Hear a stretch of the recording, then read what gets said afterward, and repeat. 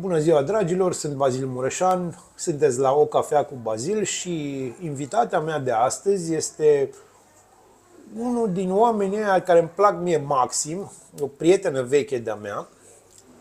Este avocat, este secretar de stat în Ministerul Justiției și este candidat al Partidului Social Democrat pentru alegerile care vin peste noi cât de curând.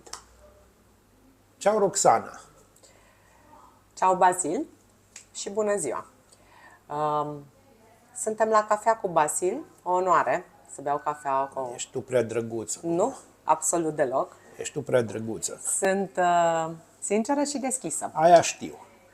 Mă numesc Roxana Simona Momeu, pentru cei care nu mă cunosc sau încă nu mă cunosc. Sunt, într-adevăr, așa cum am fost prezentată, avocat în Barou Arad de 21 de ani, în prezent suspendată din profesie, întrucât ocup demnitatea de secretar de stat la Ministerul Justiției, unde am început în 26 septembrie 2022. Ceau, Basil! Ceau! Roxana, asta e o emisiune foarte interesantă, adică va fi sigur, pentru că ești tu aici, nu din cauza mea, va fi interesantă pentru că eu o să pun foarte puține întrebări, pentru că acum vreau să te fac pe tine să vorbești mult. Știu că nu-ți place așa de mult să vorbești, ești un om al faptelor mai mult, îți place să vorbești în instanță, că trebuie. Trebuie să vă spun ceva despre Roxana, are un umor pe care eu îl împărtășesc. Adică râdem la niște glume la care nu toată lumea râde, ceea ce e păcat, pentru că lumea ar trebui să râdă mai mult. Cu toate astea, în același timp, este un om extraordinar de serios și un om care își face foarte bine treaba. Și aici am o întrebare. Cum se împacă, hai să spunem, finețea feminină cu eficiența asta care câteodată e crudă, efectiv, și tu ești unul dintre cei mai eficienți oameni pe care îi cunosc eu. Mulțumesc pentru apreciere, cu atât mai mult cu cât vine din partea ta. Se împacă mai greu, pentru că, în mod normal, atunci când intram în instanță, pentru că, așa cum am zis, am 19 ani de practică. Ce mulți înainte! Mulțumesc! Cândva o să revin la prima mea dragoste.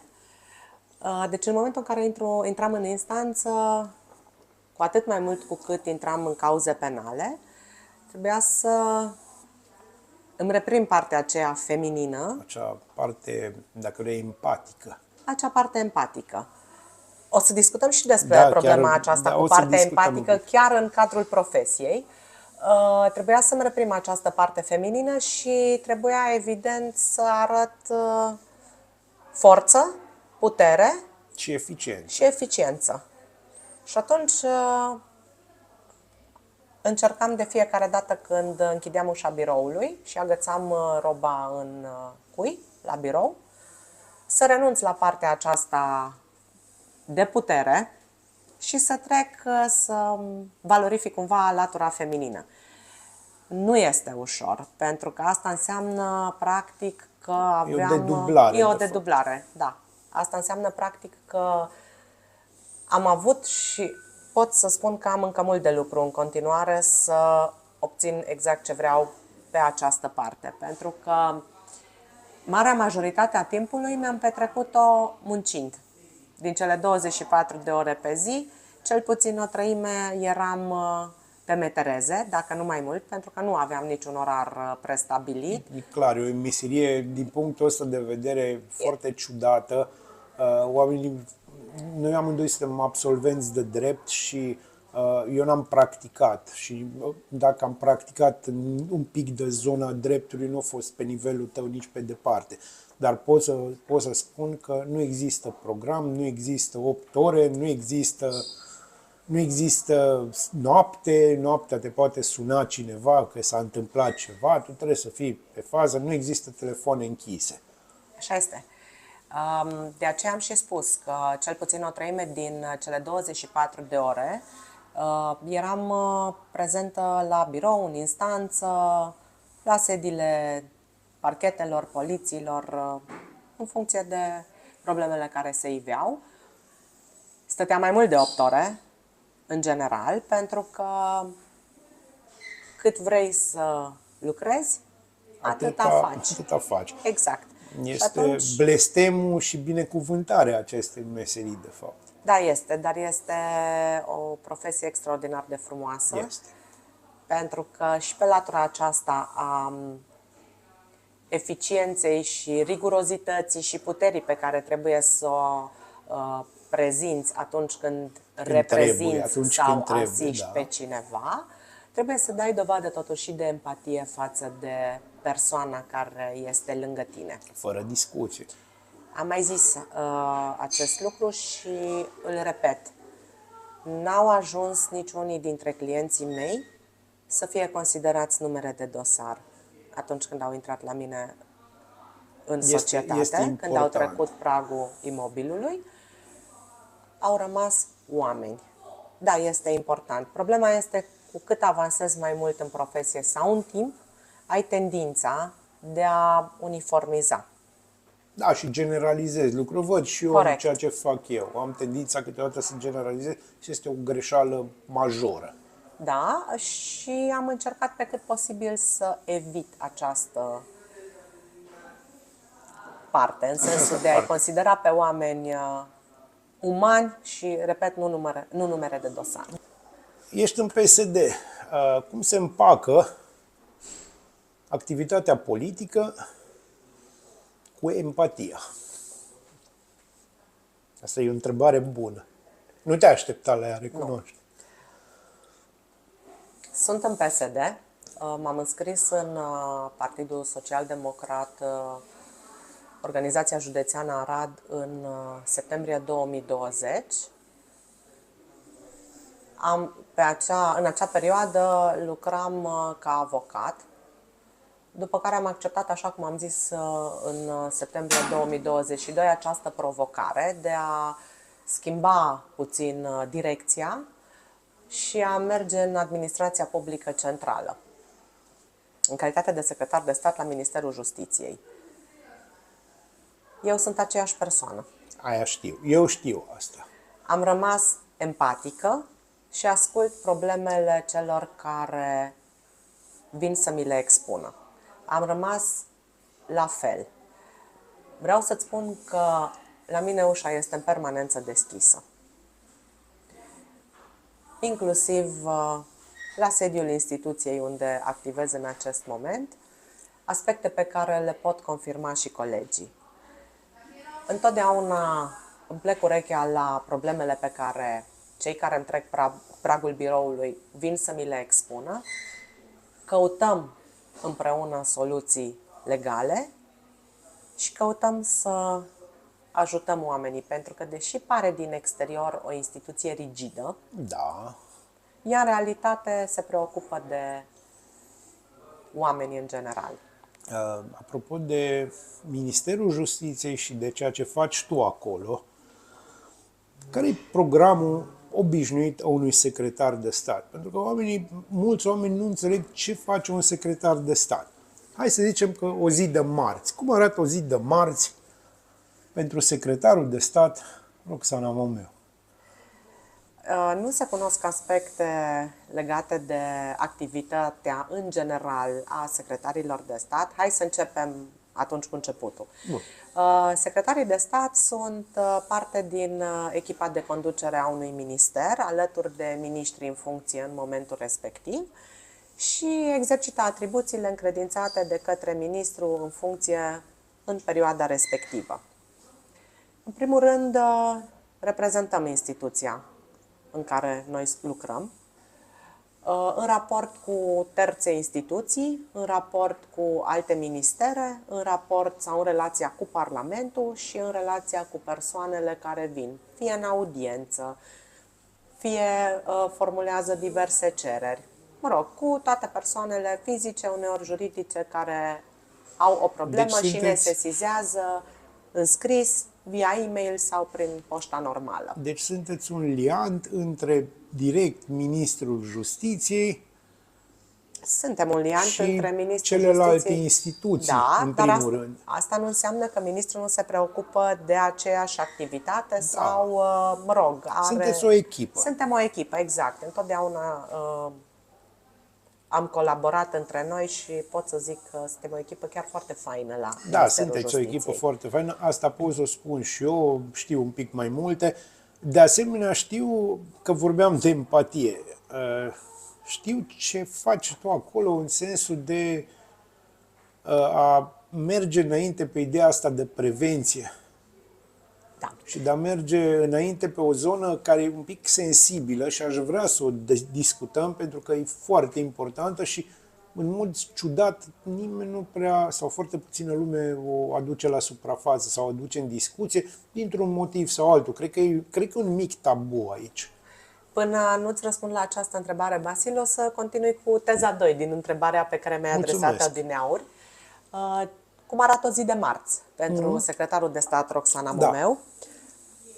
Activitatea, în mod normal, începe în jurul orei 8:39 și se finalizează la ora 17. Dar asta nu înseamnă că activitatea unui secretar de stat, dacă avem de lucru în continuare, am stins lumina în birou și am plecat acasă. Da, deci nu e genul ăla Nu de este activitate. genul acela de Am înțeles. activitate. Din acest punct de vedere, este similară cu partea din avocatură Deci pe care măcar am nu te practicat-o. plictisește Exact. zona aia. Exact. Da, am înțeles. Nu te rupi de o anume rutină. dacă Exact. vrei. Într-o zi de marți, întâmplarea face că ai întrebat de ziua Da. de marți, Ministerul Justiției are activități și pe relația cu Parlamentul. Suntem doi care ne ocupăm de această activitate Da. cu Parlamentul.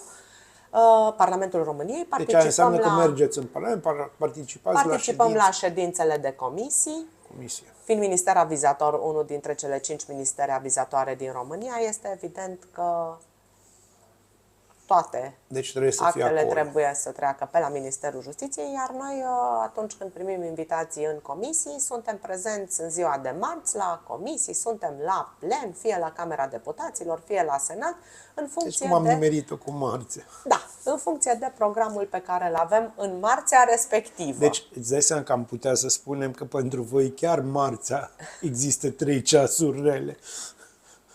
Dar nu o să zicem asta pentru că noi așa suntem blânzi și buni. Păi nu o să zicem că marțea există 3 ceasurele, pentru că îmi face plăcere să merg, să interacționez cu parlamentarii din forul legislativ, care ridică diverse probleme, te pot lua prin surprindere, dar tu îți pregătești materialul pe care trebuie să-l prezinți și încerci să lămurești cât mai bine problema ca să poată să treacă proiectele respective pe LX-urile de comisiile la care participi. Tu vei fi parlamentar.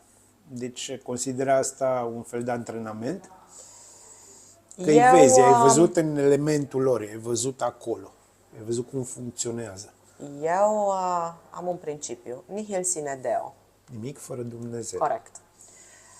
Dacă lucrurile se aranjează de asemenea natură încât să pot să ajung parlamentar în cadrul Camerei Deputaților în Parlamentul României, atunci pot să zic că am o experiență deja de peste 2 ani de zile în relația cu Parlamentul, o experiență Care te ajută mă foarte ajută. mult. Foarte mult mă ajută. Pentru că e altceva să știi cum funcționează un motor. Corect. Nu Da, doar să-l vezi din este afară. altceva, iar pentru orice activitate profesională nouă pe care o persoană o începe, este evident că este nevoie de un antrenament, este nevoie de o perioadă de adaptabilitate, de adaptare. Aș putea să spun că dau skip acestei perioade, pentru că mi-am făcut antrenamentul deja. Aș putea să spun încă un lucru. Am învățat dreptul constituțional în perioada în care eram studentă în anul întâi de facultate, cum ai învățat și tu de altfel. Și L-ai cum... făcut cu Murgu? Da. Am făcut cu Drăganu. Murgu era asistentul lui Drăganu. Lucrurile au evoluat până am finalizat eu, sau până am început eu facultatea și am finalizat-o. Ideea este, avem o mică diferență de vârstă, de aceea zic, că am fost generații diferite. Asta este, dragilor. Ce să facem? Nu Și poți nu zic avea- cu răutate, nu pot să toți fii cu toate. oamenii pot să aibă Exact. 35 de ani forever. Ideea este că sunt aspecte pe care toți le-am învățat pe parcursul anilor de școală. aspecte de care ulterior în practică nu ne-am mai lovit decât e rarisim, adevărat. situație în care evident a trebuit să-mi fac o reorganizare a cunoștințelor în domeniu, dar Practica ne omoară. Deci, da, practica ne omoară. dar în final, fiind obligată să-mi activez și acea parte mai seacă, aș putea să spun eu, a dreptului, pentru că n-am fost niciodată un fan. Adică mie îmi plac chestiile palpabile, lucrurile care au cel mai mare impact asupra oamenilor. Deci mai mult proză decât poezie. Mai mult proză decât poezie, dacă este să o luăm pe partea aceasta.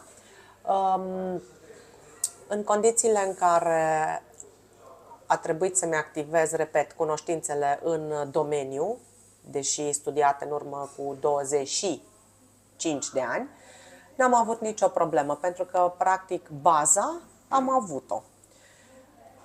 Și ca să revin la întrebarea pe care mi-ai adresat-o, am antrenamentul, mi l-am făcut, cred că pot să fac față acestei noi provocări, dacă e să fie. Și aș face-o cu drag. Îmi doresc, într-adevăr, să pot să ajut oamenii și dintr-o altă perspectivă. Nu sunt ipocrită să spun că nu mi-aș dori. Mi-ar plăcea să pot Știi că în perioada asta toată lumea zice, domnule, nu, eu de fapt nu, eu doar, nu. Nu, deci nu Foarte voi fi... bine. Nu. E foarte bine și că vorbeai de nihil sine deo și de univers și de ce emanăm. Trebuie să-ți dorești în primul și să emiți. Da, trebuie. Cere Și ți se va da. Totdeauna. Corect. Da. Deci aceasta ar fi sub acest aspect al pregătirii profesionale pe care mi-am perfecționat-o prin cei peste 2 ani la Ministerul Justiției. Mi-am perfecționat-o în timp. Să nu uităm că vin din practică. Da. Iar cei 19 ani de practică și-au pus amprenta asupra mea. Simt, fără discuție. Și am putut să combin altfel lucrurile. Adică una este munca practică, alta este munca tehnică. Respect am pentru ambele. Doar că ele combinate și atunci când ai experiența necesară, eu cred că lucrurile funcționează mai bine. Eficiență. Da, eficiență. Ajungem la semnul eficienței. Exact la semnul eficienței, iar ar trebui să punctez un lucru, părerea mea.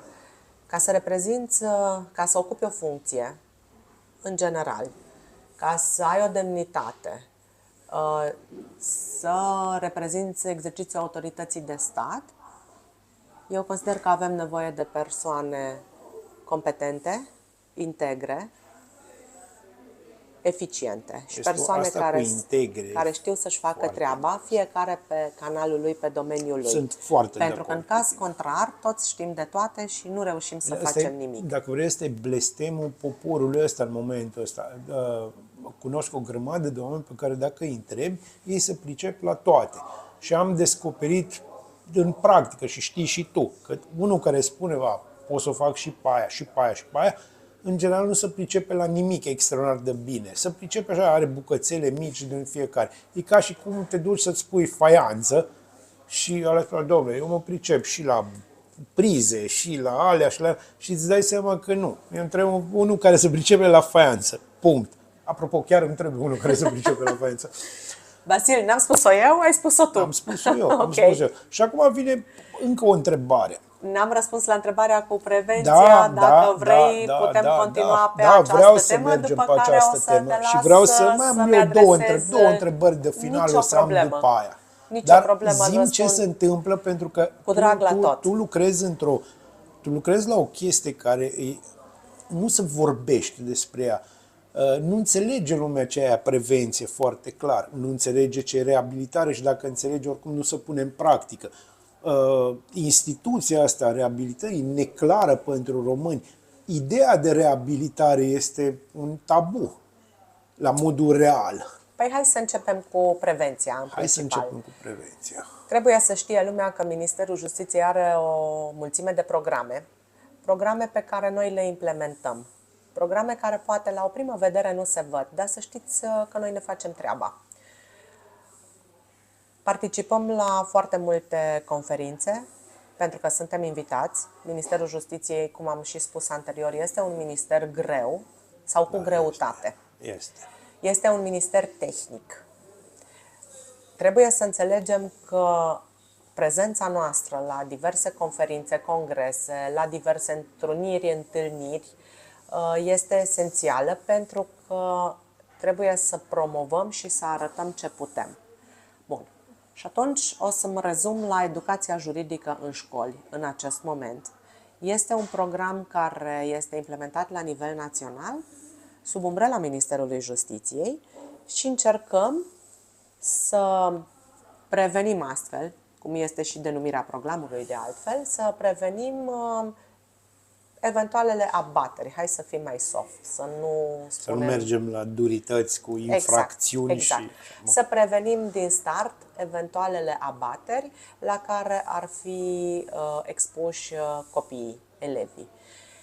Copiii sunt foarte interesați de acest program, adresează diverse întrebări, Copiii au curiozități, curioși, da. exact, au curiozități, iar prin intermediul oamenilor prin care se desfășoară și se dezvoltă acest program, încercăm să aducem explicațiile necesare, pentru că ei trebuie să înțeleagă că nu este în ordine să consumi droguri, nu este în ordine să-l lovești pe altul, nu este în ordine să faci lucruri negative, dar prin puterea exemplului, pentru că eu am un alt motto de care încerc să mă țin puterea exemplului și atunci, mai ales de când am devenit persoană publică, am încercat prin tot ceea ce am expus și în mediul online și de câte ori am avut ocazia să particip la diverse evenimente, să expun lucrurile pozitive. Nu am vrut să transpară aspecte despre greutățile pe care le întâmpin, pentru că în viață nu este totul roz și nu întotdeauna mi-a fost ușor. Dar astea sunt niște aspecte care în timp m-au călit și mi-au arătat că dacă voi continua prin expunerea părții pozitive, am toate șansele, măcar pentru câteva persoane, să expun un exemplu de așa da. Pe lângă această prevenție, Acum intrăm în zona aia la altă. intrăm și în cealaltă zonă, gri. E o zonă gri pentru că n-am auzit nicio persoană publică într-o emisiune de așa, am făcut multe Să emisiuni, să discute despre această problemă, este. care este foarte importantă. Toți avem cunoscuți, cred că toți avem cunoscuți care au trecut prin... Noi care venim din practică avem foarte mulți cunoscuți. Bun, în sensul că, da, sensul că profesional așa am se avut. întâmplă, avem asta o grămadă de cunoscuți. Da, asta este realitatea. Cu asta defilăm. Intrăm în cealaltă zonă, pentru că acolo unde nu reușește prevenția, acolo trebuie să discutăm despre reintegrare. Este un subiect uneori tabu, alteori sensibil. Este sensibil. Este un subiect de care, în general, lumea este tentată să fugă. Mi-am asumat această parte, ca să zic așa, conștient, având în vedere și una dintre atribuțiile pe care eu o am în cadrul Ministerului Justiției, respectiv cea de coordonator al subordonatei de Direcției Naționale de Probațiune, pentru că și consilierii de probațiune din serviciile de probațiune cu asta practic se ocupă, cu reintegrarea persoanelor condamnate sub supraveghere sau a celor care se eliberează cu un rest de pedeapsă rămas neexecutat în anumite condiții și care trebuie să ajungă pe la biroul consilierului de probațiune. Am susținut întotdeauna activitatea celor de la probațiune, am încercat să-i promovez cât s-a putut de mult, pentru că fac parte din acest sistem și sunt importanți. Eu am prieteni care procesul. lucrează în sistemul de probațiune și am auzit foarte mulți plângându-se de condițiile pe care le au în zona sistemului de probațiune, că la ei nu ajung lucrurile cum ar trebui să ajungă. Îi știu și pe cei din Arad și știi și tu foarte bine.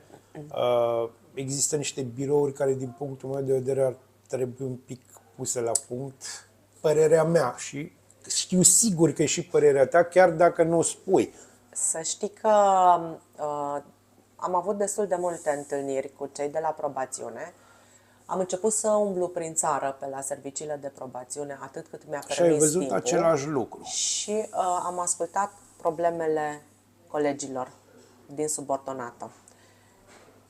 Nu am vrut să deschid discuții sau subiecte anterioare ajungerii mele în Ministerul Justiției. În schimb, din momentul în care am preluat în coordonare această direcție, m-am preocupat să pot să aduc la un anumit nivel sau la anumite standarde, inclusiv locațiile în care își desfășoară activitatea colegii din teritoriu. Ținem legătura, colegii au numărul meu, eu n-am nicio problemă să răspund la telefon, n-am nicio problemă să discut cu dânsii. Știu și asta. Mulțumesc. De-aia ești Și aici, sunt deci foarte ești unul din deschisă oamenii cu care la face colaborare. plăcere să vorbesc pentru că ai făcut ceva și faci ceva. Asta face, din punctul meu de vedere, o mare diferență față de marea masă a celor care spun voi face. Tu chiar faci. Am avut această ocazie. Înțelegi? Nu, dar e o chestie Da. foarte importantă. Dacă te-ai uitat, acum te uiți în Da. campanie mai ales, Da. Lumea toată lumea promite. vom face și există așa, vin cu liste, vin cu propuneri, vin cu... Tu poți să spui, Eu pot pentru că să-ți dacă spun. i-ai luat să-i întreb pe majoritatea, bun, ce ai făcut până acum, ar fi un... la tine nu. Pot să... La tine și la încă vreo câțiva oameni care au venit aici și vor mai veni vreo câțiva ani, se întâmplă că ați făcut. Eu pot să Și spun... aveți tot respectul meu, toți, indiferent de zona politică, oamenii care au făcut, fiind acolo, și care pot spune, da, bă, uite, am făcut asta. Aveți tot respectul meu, pentru că așa se face. Eu pot să-ți spun un lucru. Am învățat în cei 21 de ani de experiență profesională să nu promit. Da, e foarte important. Să promit în schimb că îmi dau toată diligența pentru a soluționa o Acea chestie, problemă. diferența aia dintre sigur o să fac sau voi încerca. Nu. Dacă voi încerca și eu merg pe aceeași idee, dacă Exact. spun o să încerc, o să fac tot posibilul să obțin un rezultat. Dacă în schimb spun fac, trebuie să fac, nu mai există. Bun. Acolo nu mai ai Sunt, joc. Da, odată nu mai ai joc și sunt situații care Sunt nu depind 100% situații care nu depind de de tine tine. ca Sunt persoană. foarte- exact. sunt foarte Sunt de foarte acord. multe situații de această natură. Și atunci, decât să promit un lucru de care nu ține de mine sau nu sunt în stare să-l duc la bun sfârșit, promit că depun toată diligența în acest sens. N-am pornit niciodată de 2 ani și de când sunt în Ministerul Justiției de la premisa că lucrurile nu pot evolua, Orice că se lucrurile poate nu pot avansa. Am pornit întotdeauna de la premisa că vom putea împreună să ajungem la un rezultat pe care ni-l dorim. Nu sunt negativistă, prin urmare am încredere, deși lucrurile se mișcă ca o paranteză cu pași mărunți, am încredere că ele ajung acolo unde trebuie.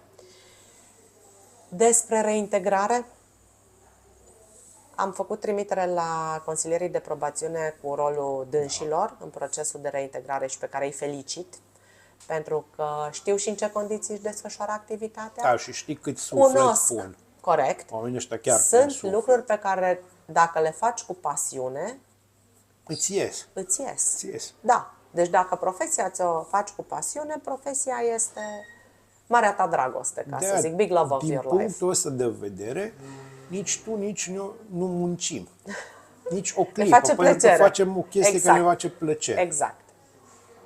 Am încercat, pe de altă parte, tot pe această problemă a reintegrării, să atrag și arta. Nu este un secret, am promovat și în mediul online, pe rețelele de socializare. Nu este un secret faptul că am început un proiect în cadrul Ministerului Justiției, împreună atât cu Administrația Națională a Penitenciarelor, cu ajutorul domnului director general, cu Direcția Națională de Probațiune, cu ajutorul doamnei director general al direcției. Am început un proiect legat de artă. Și atunci ce am făcut? Am încercat, ca prin intermediul regizoarei Diana Gavra, originară din Arad, să proiectăm documentarul cu care aceasta a luat premiul de film Astra în mediul penitenciar pentru a conștientiza pe cei care sunt încarcerați că așa este bine să faci, iar ceea ce au făcut ei, fie a fost o scăpare, fie a fost o culpă, fie a fost o intenție, dar nu mai este bine a doua oară să ajungă în situația aceea, a doua sau a treia oară, după caz. Cât am putut, am umblat pe la penitenciarele din țară, unde am proiectat acel film, unde ulterior am avut sesiune de question and answers, împreună cu regizoarea, împreună cu directorul de penitenciar, împreună cu directorii generali din cele două subordonate la care am făcut trimiterea anterior, împreună cu protagonistul filmului și nu l-am numit mai spre final, pentru că, mă rog, este primul care are meritul pentru ceea ce încercăm noi să obținem. Iar deținuții, să știi că l-au primit foarte bine și pe acest actor al vieții lui reale îl văd ca pe o muză, ca pe o inspirație. Da, este într-adevăr o inspirație. Nu știu dacă ai văzut filmul. Am A văzut. fost proiectat, cred că la cinema în Arad. Eu l-am văzut pe net, că l-am Așa. văzut în liniștea casei, că îmi place mie să mă uit așa, să pot pune o pauză, să văd niște... Este un documentar despre reintegrarea unei persoane care a executat foarte mulți ani în detenție.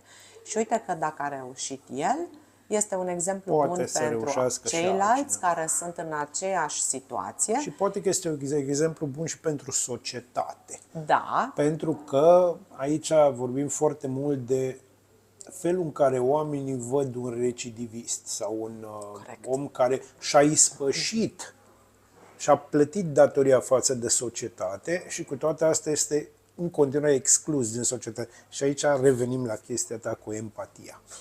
da, trebuie să conștientizăm pe de o parte, adică am conștientizat pe un segment, am conștientizat un segment, mai bine zis, adică segmentul acela care este în executarea unei pedepse privative de libertate. Am mai conștientizat un segment, cei care își execută pedeapsa în stare de libertate. Bun. Și acum trebuie să trecem și de cealaltă parte a baricadei. O să auzi și de acest documentar și acum am dat puțin din casă, unde trebuie să conștientizăm și opinia publică, pentru că are un mare, opinia publică, societatea civilă Da, în acest fără sens, discuție, da, pentru că are un mare rol în acest proces da. de reintegrare. Că aici Cred sunt că două este, părți foarte corect, importante. Cred că este cel mai important rol în procesul de reintegrare. Sigur că lumea este reticentă. Nu sunt reticentă pentru că, repet, am trăit în preajma acestor persoane. Cea mai mare problemă a lor este că nu ne vrea lumea. Da. Iar aici trebuie tras un semnal de alarmă. Am colaborat foarte bine cu Federația CEAS de la Timișoara, care se ocupă. Știu, chiar am publicat zilele trecute, iarăși o chestie legată de o expoziție a deținuților din penitenciarul Timișoara. Să știți că fac lucruri foarte faine. Se exprimă foarte mult prin artă. Da. Au trupe de teatru, au trupe de muzică. Au pictori foarte buni. Pictori, da. Am văzut Pictori, niște lucrări da, în mediul pictori penitenciar și eu la fel. extraordinare. Am rămas Da. super impresionat de niște oameni care nu au pictat în viața lor. Fac origami. Deci, în această modalitate își exprimă, practic, partea lor emoțională, creativă și noi îi susținem în continuare. Eu mă bucur să aud Am asta. să mai dau din casă un Mai aspect. dă. Mai e una voie. Mai am una voie, e în ordine. Am încercat și vom promova, am încheiat un parteneriat tot pe partea aceasta cu artă. Despre artă este vorba de un proiect care se cheamă Șamanelism și vom dota câteva penitenciare din țară cu instrumente muzicale, suntem în acea etapă. Wow. Și o să le aducem profesioniști Asta e o chestie care foarte interesantă. vor repeta cu cei care doresc, care au talent și care vor să se exprime prin artă. Pentru că știi de ce? Când se liberează și ies pe poarta unității, pot să facă ceva cu viața lor. Dar, repet, vreau să nu uităm că societatea civilă este cea care are o influență covârșitoare. Fără discuție. Da. Acum trebuie să recunosc că te-am văzut foarte empatică, extraordinar de empatică, așa cum te Mulțumesc. știu eu pe tine. Eu îți mulțumesc. Și acum vin cele 3 întrebări de final. Te rog. Pentru că, din păcate, deși aș mai sta 16 ore de vorbă ușor pe tema asta. Reciproc. 1. Mulțumesc. 1. Cât de des plânge un avocat când nu-l vede nimeni? Trebuie să recunosc că am plâns o singură dată. Bun. Mi-a fost foarte complicat. Nu voi dezbate subiectul. Nu, nici nu vreau să-l pentru că dezbatem. am avut o singură dată un moment în care am pus suflet cum am pus de fiecare dată Da, și am avut și o dezamăgire mare. se întâmplă. Atunci chiar am plâns. Am înțeles. A doua întrebare, și asta e politică. De ce PSD? De ce PSD? Păi hai să-ți spun. M-am născut într-o familie în care părinții mei au un singur copil. Nu Cunosc senzația. Deci, au fost membri de partid anterior. Am urmat Idem. cursurile unei grădinițe și școli cu predare în limba germană înainte de 89, ca limbă maternă. Am absolvit Moise Nicoară, unde mi-a fost din nou mai greu pentru că veneam de la predare în limba germană și a trebuit să învăț în paralel și din manualele în limba română ca să fac față, cel puțin în clasa a noua, învățam la dublu, învățam și citeam și în germană, citeam și în limba română ca să pot să înțeleg și mate, și fizică, și chimie, și absolut tot. După care am urmat cursurile facultății de drept. M-am dezvoltat în avocatură fără nici cea mai vagă intenție sau mică intenție de a intra vreodată în zona politică. Având o profesie liberală, am constatat cu stupoare că la un moment dat o guvernare de stânga, respectiv a Partidului Social Democrat, a luat niște măsuri economice care au avut un impact major, dar benefic asupra tuturor, inclusiv asupra profesiilor liberale. Am început să cochetez cu ideea. Inițial am început să analizez, am început să Dar scriu... tu analizezi tot, aia știu. Da, la o paranteză am un mic defect, analizez și controlez. Da, Pentru că eu- o să tăiem partea cu controlul. Bun, pentru că dacă lucrurile mă vizează în mod direct, trebuie să fiu informată discuție, eu și da. trebuie să știu. În primul rând ca om. Da, Deci fără- mă refer la chestiile generale, Evident. în primul rând ca om, din acest punct de Evident. vedere, zic. Așa.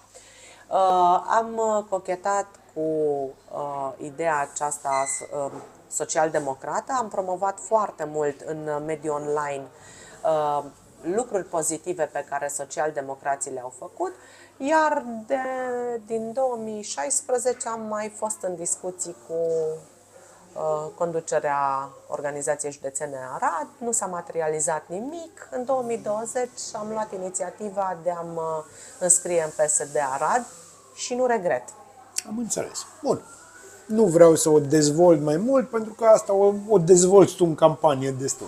Și acum, ultima întrebare. Roxana Momeu, revoluție sau evoluție? Evoluție. Bun. Suntem de acord amândoi. Amândoi am fost revoluționari o perioadă, când am gândit că revoluțiile o să rezolve probleme. Nu, cred că evoluția. Evoluția. într-adevăr. Mulțumesc mult. Mulțumesc și eu. A fost o plăcere. A fost o bucurie. Asemenea. Dragilor, vă mulțumesc și vouă că ați fost alături de noi. A fost Roxana Momeu, una din emisiunile mele preferate, bar non, deci clar. Să fiți bine, să fiți sănătoși, să fiți fericiți, să mergeți să votați. Deci să mergeți să votați.